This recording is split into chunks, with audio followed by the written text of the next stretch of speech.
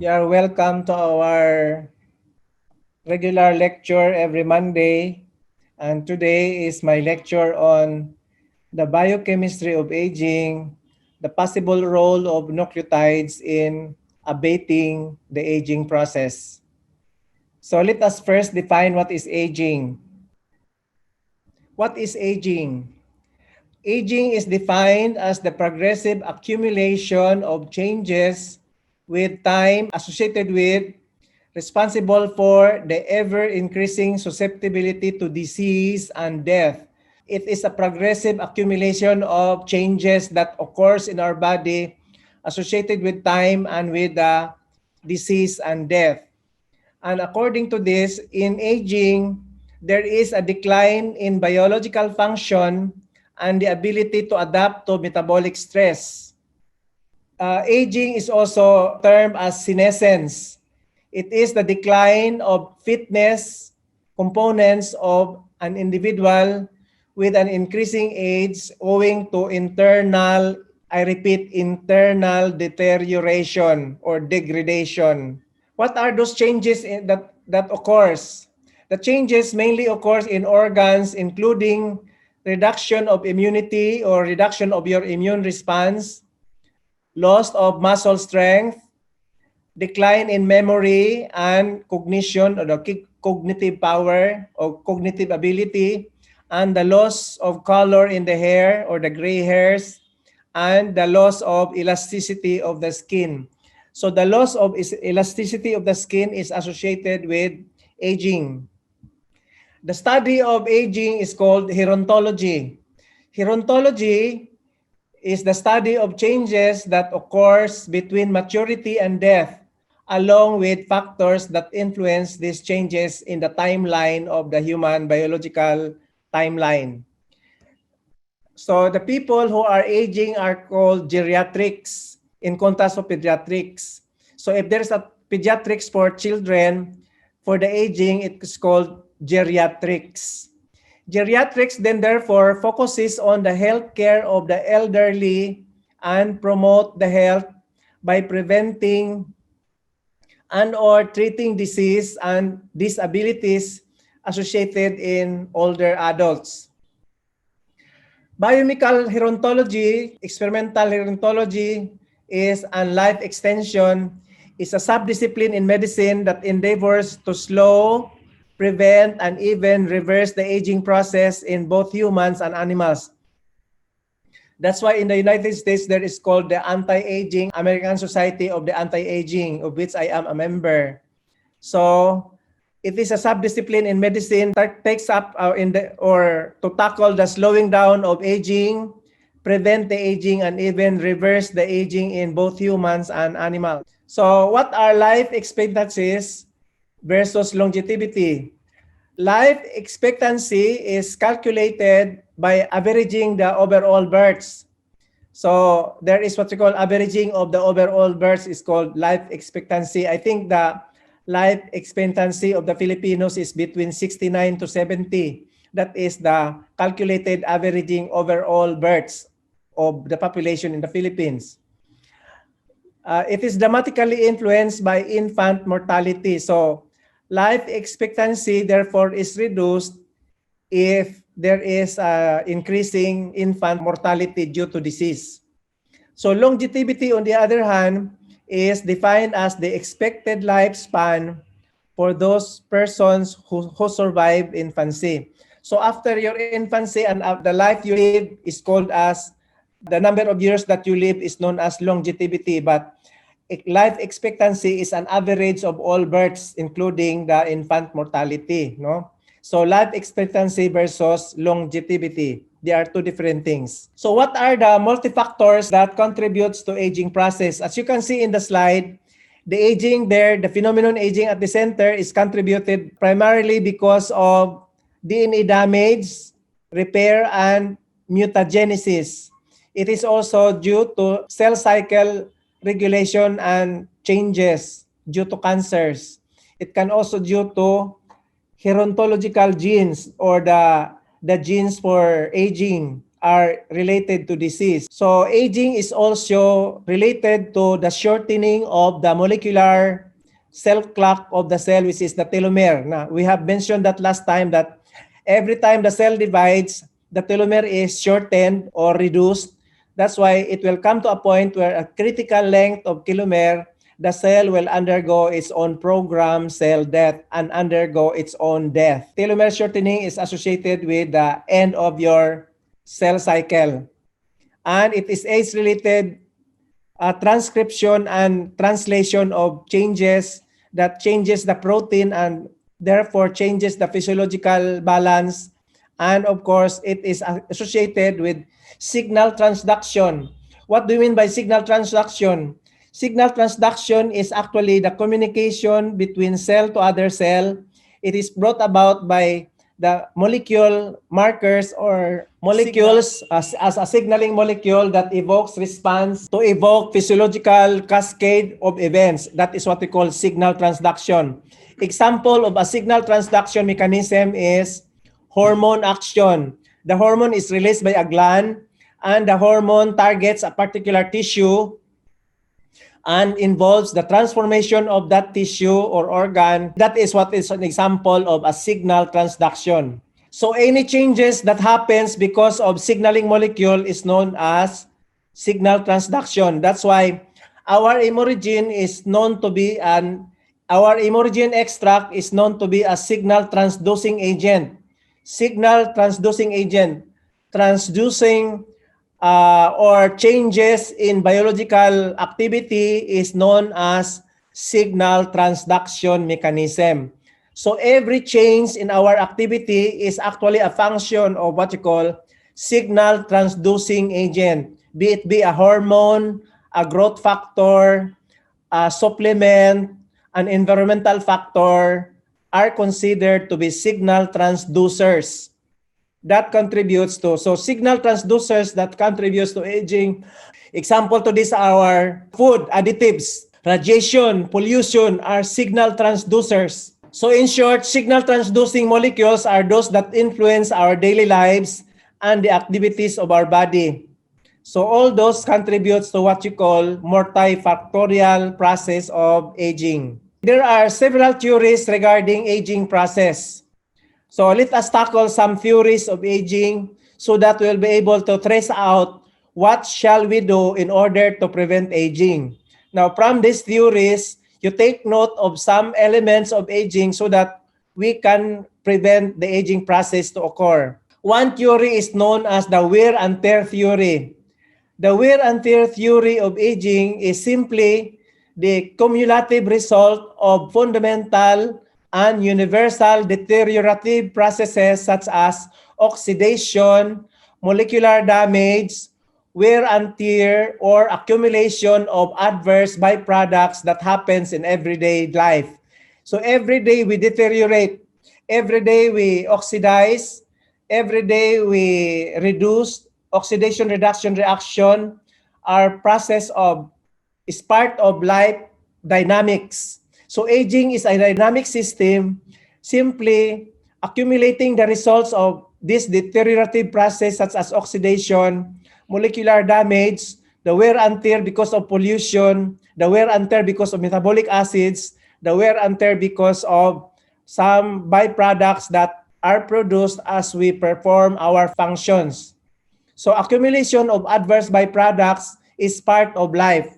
So it is said that we are not getting any younger because as we grow older, there are different byproducts that our body accumulate through time that may have an adverse effects on our body.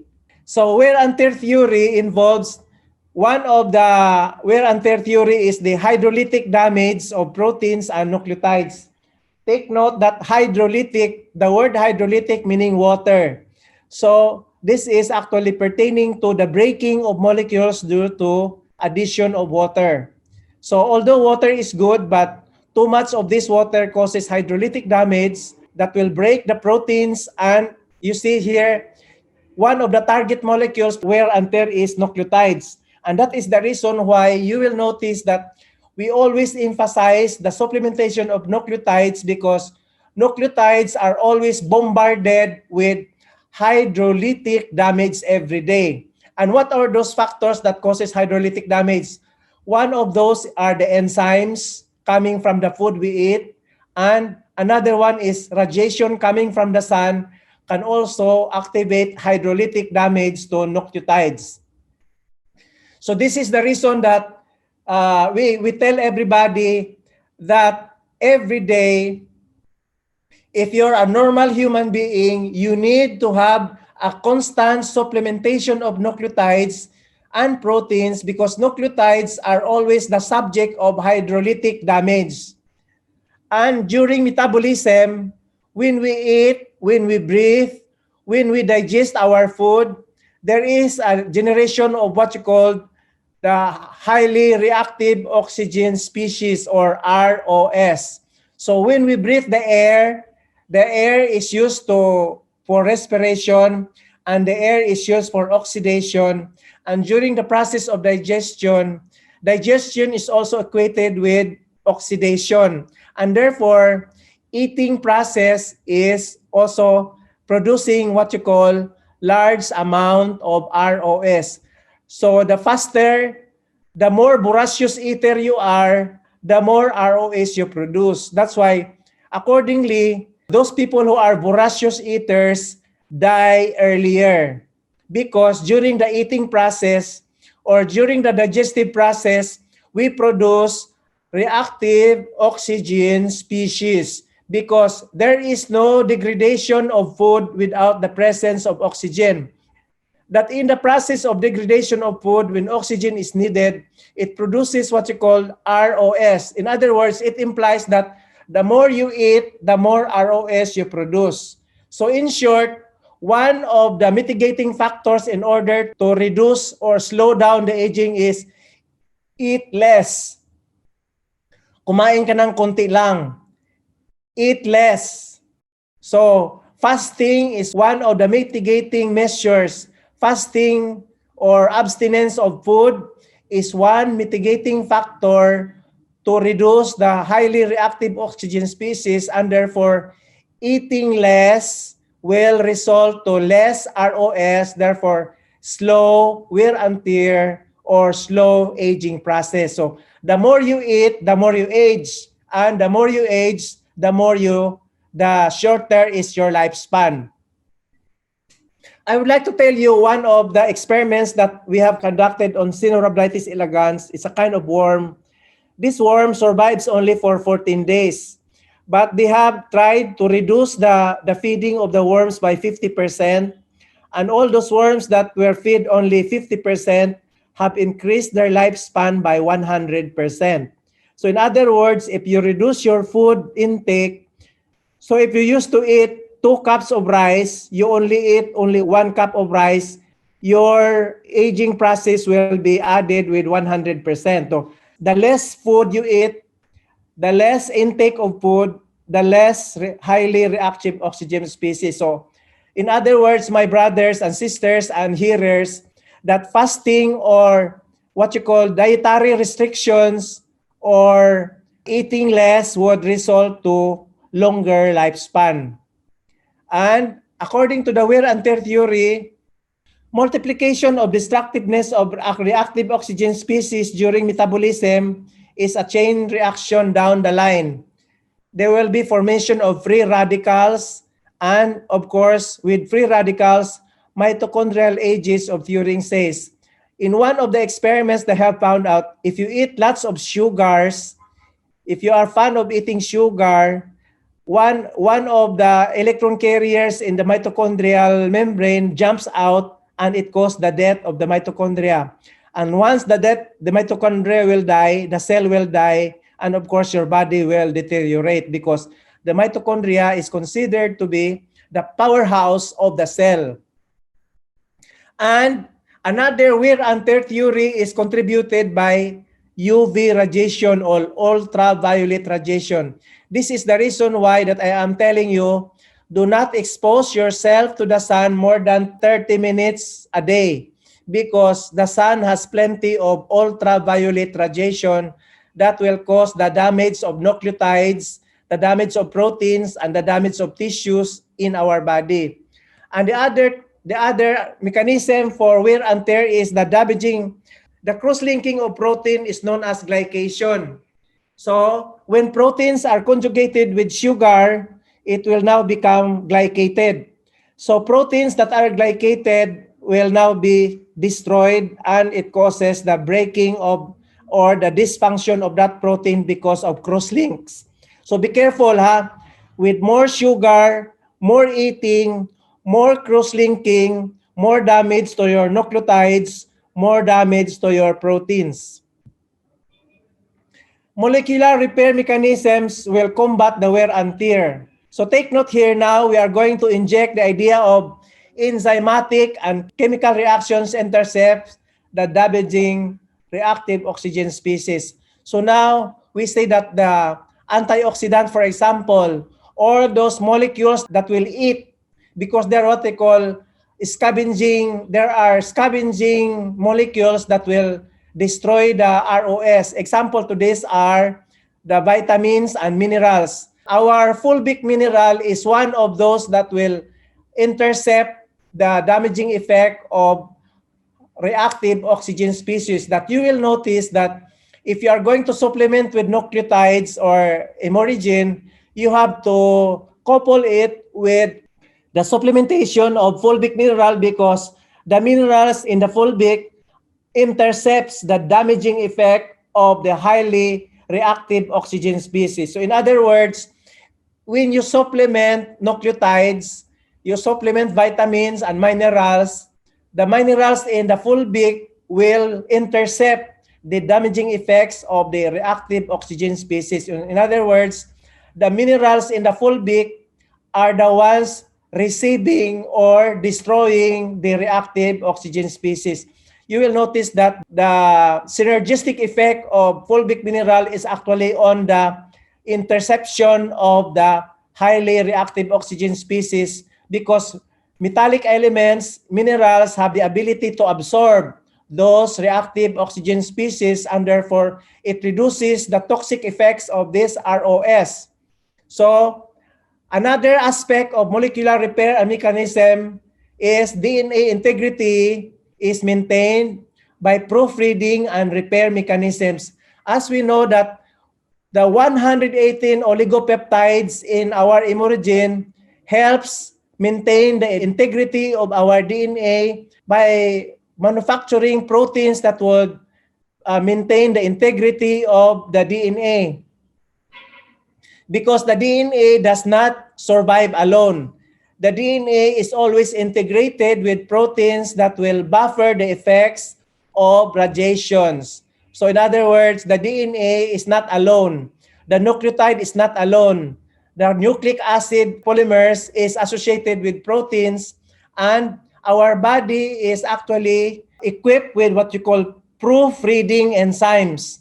I read one of the manuscripts of the hemogen clinical book. It says there that our hemogen extracts actually initiates the synthesis of protein that will enhance the proofreading mechanism of our body. In other words, when you take your hemogen supplement, it will enhance your body to produce proofreading enzymes that would detect any error in the DNA. In other words, this is the reason why it is very, very important to take note that our hemogen has the proofreading mechanism, or the ability to do a proofreading as one of the actions of hemogen extracts. One of the actions of the 118 oligopeptides is production of proofreading and repair enzymes that are actually found in our body. It is through this supplementation that we can increase the proofreading mechanisms of our body, because as according to the dogma of therapeutics that the body heals itself, our body has its own mechanism. Our God in the universe have integrated, has instituted within our cell the proofreading mechanism to recognize any error of DNA damage that may occur because of environmental factors. Every day we are bombarded with chemicals. Every day we are bombarded with air pollution, chemical pollution, water pollution, food additives, food preservatives, and therefore the error in the nucleotides is inevitable. But because our God in heaven has provided us proofreading enzymes, we are able to discern. Our body can now read the error because we are provided with proofreading enzymes. Therefore, we can say that maintaining the integrity of the DNA is a function of the proofreading enzymes that is provided for in our Immunogen supplement. Proofreading enzymes are provided by our Immunogen extracts found in the function of the 118 oligopeptides that are found in our Immunogen bottle or our Immunogen capsule or our Immune Plus tablets. So this is the central focal point of mitigating aging by molecular repair, reducing the wear and tear by enzymatic repair, enzymatic interception, and the buffering effect of the fulvic mineral, the buffering effect of vitamins, and the proofreading enzyme production by the epigenetic factors that are contributed by our Immunogen extracts. So, the hydrolytic damage to proteins and nucleotides is actually due to water. So, water is a weak nucleophile. Although we are advised to drink more water, pero too much of water is also dangerous because it provides a nucleophile that would now cause hydrolytic damage. So therefore, they should do it in moderation. Do not overdo. No? Water is a weak nucleophile. It is ubiquitous. The meaning of the word ubiquitous is that it is present everywhere. It is in high concentration, in high concentration that react susceptible agent. The amide band, which is the band between amino acid to another amino acid in a protein, is the most frequently target of this hydrolytic damage on the side chains, particularly asparagine to glutamine, asparagine to aspartic acid, glutamine to glutamic acid as they are exposed to water. So this replaces neutral amide group to acidic carboxylic group, leading to introduction of acids and base, and that causes what we call the hydrolytic damage. So this is an example of hydrolytic damage. Glutamine is an amino acid converted to glutamic acid, is part of what you call the hydrolytic reaction. Asparagine as another amino acid is converted to aspartic acid by addition of water and is converted into ammonia and ammonium. Hydrolytic damage to proteins and nucleotides. These are amino groups projecting from the heterocyclic aromatic rings of the nucleotide bases like adenine, cytosine, guanine are then converted because of hydrolytic attack. Some of the nucleotides are replaced by carbonyl group to form uracil, hypoxanthine, and xanthine respectively. And so therefore, production of uracil because of hydrolytic damage causes DNA instability. The DNA instability is due to hydrolytic damage. So be careful ha. Our adenosine, guanine, cytosine, and thymine are then converted to uracil, or our adenine are converted into xanthine and hypoxanthine respectively.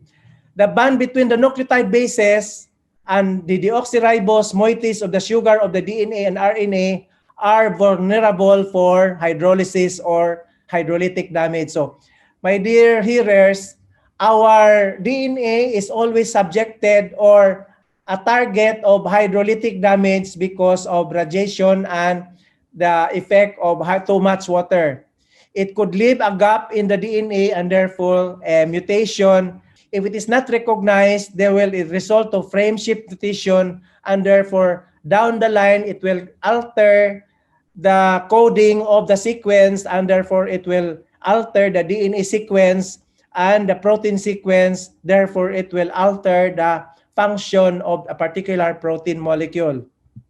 The reactive oxygen species generated by respiration. As I said, ROS is generated when we do respiration and metabolism. So you may ask, Doc, where do we get the ROS? We get the ROS during the eating process. We generate our own ROS in our respiration. We generate high levels of ROS during eating process. The more you eat, the faster you eat, the more reactive oxygen species you have. So in other words, what I am trying to suggest here is reduce your food intake and supplement it with Imorigin. You will have a very good fighting ability against the reactive oxygen species. Reduce your eating, but improve your supplementation of nucleotides and oligopeptides coming from our Imorigin is one of the important mitigating factor against aging process.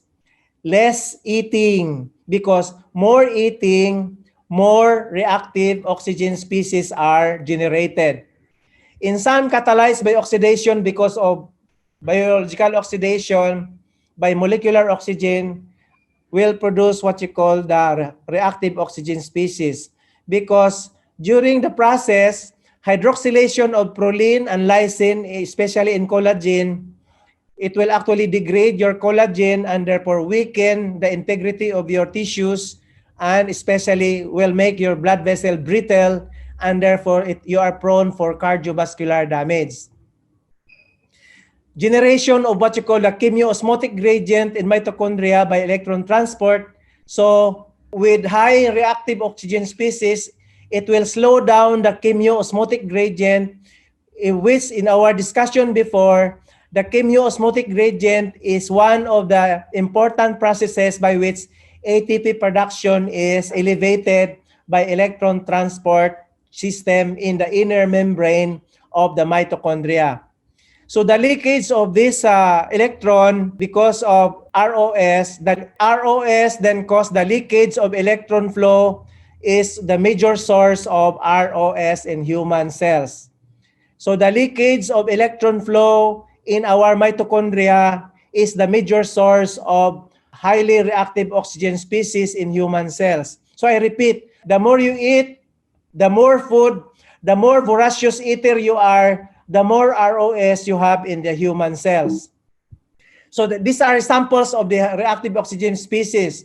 You have the superoxide, you have the hydroxyl, peroxyl, alkoxyl, hydroperoxyl, and the non-free radicals such as hydrogen peroxide or H2O2, hypochlorous acid, the ozone, the singlet oxygen, and the peroxynitrite.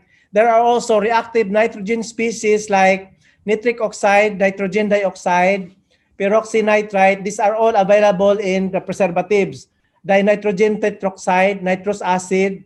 These are examples of our highly reactive nitrogen species. So I repeat, there are so many highly reactive oxygen species on preservatives. So I would suggest do not you overuse mga canned goods or preserved foods, because preserved foods are rich in reactive nitrogen species. Reactive oxygen species generation during respiration. The reactive oxygen species display a strong tendency to form adducts. These are direct addition of two or more compounds with nucleotide bases or the polyunsaturated fatty acids and other biomolecules possessing multiple double bonds that will cause the deposition of cholesterol in the blood vessel walls of our body. With high in ROS, you are prone for cardiovascular diseases such as heart problems, heart enlargement. You are prone for atherosclerosis and the formation of plaques. It leads to the formation of cross-linked lipid to lipid and lipid to protein adducts and a loss of fluidity, membrane fluidity, and integrity. It causes your membrane to be brittle. and it will trigger apoptosis or program cell death. So highly reactive oxygen species will generate or trigger apoptosis. Another reason for aging are the free radicals. The free radical theory of aging is actually any molecule that is unpaired. A free radical is any species of molecule capable of independent existence, hence the term free. They are the molecules that contain unpaired electrons. So those molecules that has unpaired electron are known as free radicals. Many of these unpaired electrons are actually found in bases and alkalis and acids. So soft drinks, for example, soft drinks is one example of the source of free radicals. Food additives, food coloring are example of free radical molecules. Harmon's observation says that lifespan was inversely proportional to the metabolic rate and by extrapolation respiration. So Harmon's observation that the lifespan of an individual is inversely proportional to the metabolic rate. So the faster is your metabolic rate, the shorter is your lifespan. So the more you eat, the shorter is your lifespan. Look at the formation of free radicals.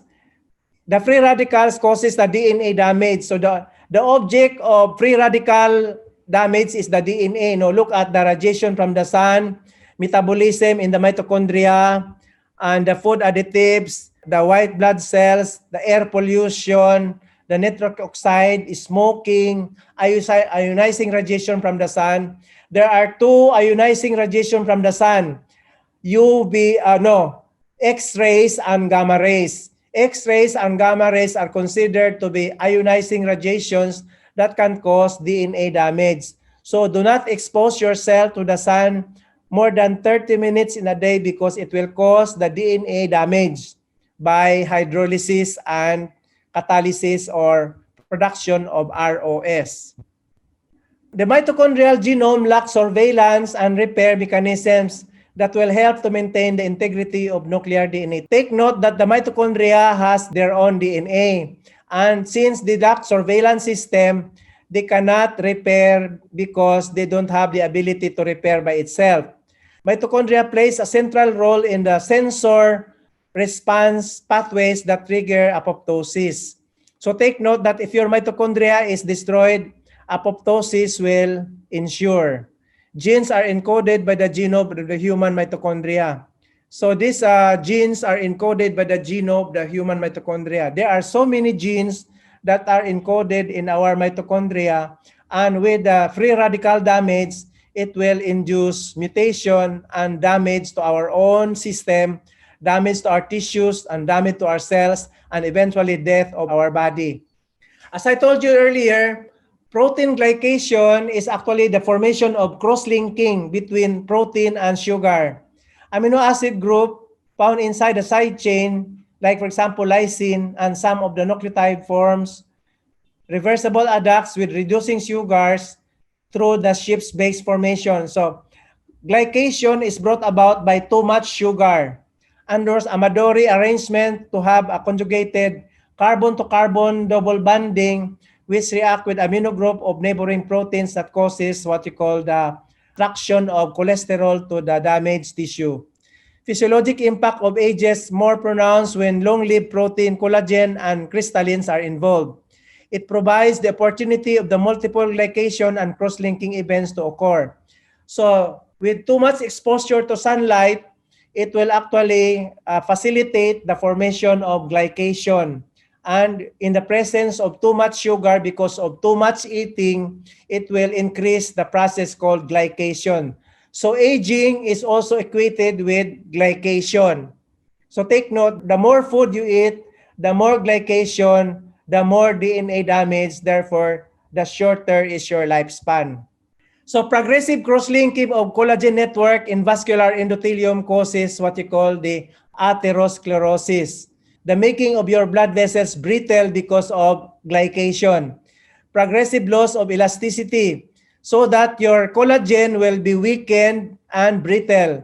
the thickening of the blood vessels because of glycation. So that's why diabetes is a preponderant or a contributing risk factor for the loss of elasticity of the blood vessels that causes what you call the cellulitis or vasculitis that results to vascular damage and results to cardiovascular disease.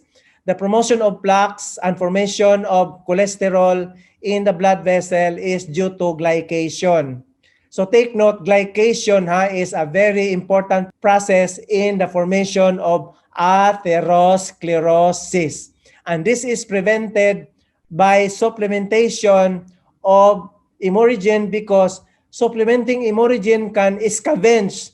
Imorigin extract is a scavenger of free radicals. I repeat, our imorigin extract is a very good scavenger of free radicals, scavenger of ROS, and it prevents the formation of glycation. Our imorigin supplement prevents the formation of glycation or the formation of plaques. So this is the process of protein glycation. Glucose, say the glycation is triggered by the presence of sugar. Sugar added with protein in a Schiff's base, Amadori product, and then it cross-linking between sugar and the protein, and that is what we call the glycation process. From the word glycate, that is glucose, no? Glycation process. Aging and a program process. The brighter the candle, the faster it burns. So the more you eat, the higher metabolic rate, the faster you age. The more you eat, the faster you age. Because it is likened unto the brighter the candle, the faster it burns. So it shows metabolic rate is equated with the shortening of the lifespan. The duration of life varies inversely as the rate of energy expenditure is, or the basal metabolic rate. So reduction of your basal metabolic rate will increase your lifespan. I repeat, reduction of your basal metabolic rate will increase your lifespan because reduction of metabolic rate greatly reduces the highly reactive oxygen species. The metabolic theory of aging. Animals differ markedly in size, longevity, heart rate over the lifetime. Each expends similar amount of total metabolic energy in a magnitude of 7 times 10 to the 5 joules per gram. Over the time, continued generation of energy and related consumption of oxygen leads to accumulation of reactive oxygen species-induced damage to proteins, to lipids, until a tipping point will occur and the molecule will break down. So one of the mitigating factors is the calorie restriction or diet. Fasting, therefore, coupled with imorigin supplementation. So during the fasting process, you take more imorigin, you can now destroy those free radicals, and with caloric restriction, you will increase your longevity and increase your lifespan. As I said in the experiment of the Sinorhabditis elegans, reducing your sugar intake by 1/2, it will increase your lifespan by 100%. So with calorie restriction, restricted diet, fewer burning calories, and therefore fewer production of the damaging reactive oxygen species. This is now the metabolic theory of aging. So with less metabolism, increased lifespan. Less metabolism, couple it with supplementation of imorigin, will be a perfect combination in order to reduce our aging process. I repeat, reduce your metabolic activity, reduce your eating process, couple or fasting, and then couple it with imorigin supplementation. It will effectively reduce the reactive oxygen species, therefore it will increase your lifespan. So apoptosis or programmed cell death, when the cell is compelled to commit suicide, so apoptosis is actually a suicide of the cell, especially involving the enzyme caspases. They break down the cellular components needed for survival, and they will undergo what we call programmed cell death, including the destruction of the DNA and several proteins inside the cell. These are the processes by which the destruction process, cytoplasmic nuclear condensation, chromatin margination, membrane and cell explosion, implosion, formation of apoptotic bodies, recognition and engulfment by phagocytic cells, and swelling of the cytoplasm, osmotic shock, and release of intracellular components that causes the cell damage. Necrosis will also ensure when the cell die because of external force such as poison, mechanical damage, bodily injury, an infection, or being cut off from blood supply causes what you call necrosis. That's why heart attack is a form of necrosis. When the cell dies because of necrosis, it is very destructive. The death causes by inflammation that cause further distress or injury of the body. So necrosis is the death of the cell by physical means, by chemical means, by poison, and bodily injury. And this is aggravating factors in the aging process. So as of what I've said, one of the contributory factors for reduction of age is actually the shortening of the telomere sequence. It is a tandem repeating sequence of a particular nucleotide that is found in each of the chromosome. So every time the cell divides, the telomere is shortened. That's why we have to prevent the shortening of the telomeres. So how do you prevent your telomere to shorten? One of the mitigating factor to increase or to reduce the shortening of the telomere is reduce the amount of ROS. More vitamins, more supplementation will establish the genetic stability, nucleotide repair, nucleotide integrity is established. Therefore, it will establish also our telomere and therefore increase the lifespan. So telomeres are repetitive DNA sequence at the ends of all chromosomes, and aging cells have shorter telomeres. So if your telomeres are shortened, it will undergo cell death. And the shorter the telomere is, the faster is the aging process. So in order to combat the aging process, is we have to supplement nucleotides. Our immunogen bottle contains extracts coming from gonads, and it was found out that extracts coming from gonads, if it is a high telomerase activity, then therefore it will lengthen or extend the telomere sequence in order to prevent the shortening of the telomere sequence. Therefore, supplementing immunogen therefore could strengthen and promote telomere length. In the human chromosome, the telomere is about 8 to 14 kilobase long, or another 8,000 to 14,000 base pairs. Telomeres are thought to be the time clock that regulates how many times the cell divide, and telomeres will shorten each time the cell divide.